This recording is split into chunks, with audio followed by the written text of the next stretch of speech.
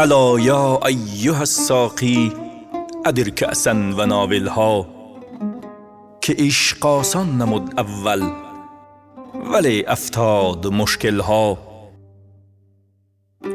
به بوی نافه کاخر سبازان طره بگشاید، ز تاب جعد مشکینش چه خون افتاد در دلها.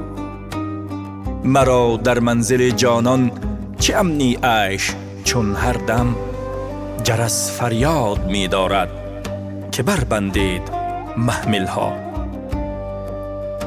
به می سجاده رنگین کن گرت پیری مغان گوید، که سالک به خبر نبود ز راه و رسم منزلها.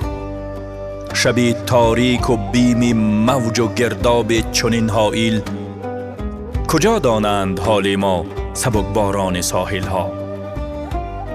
همه کارم ز خودکامی به بدنامی کشید آخر، نهان کی ماند آن رازی کزو سازند محفلها.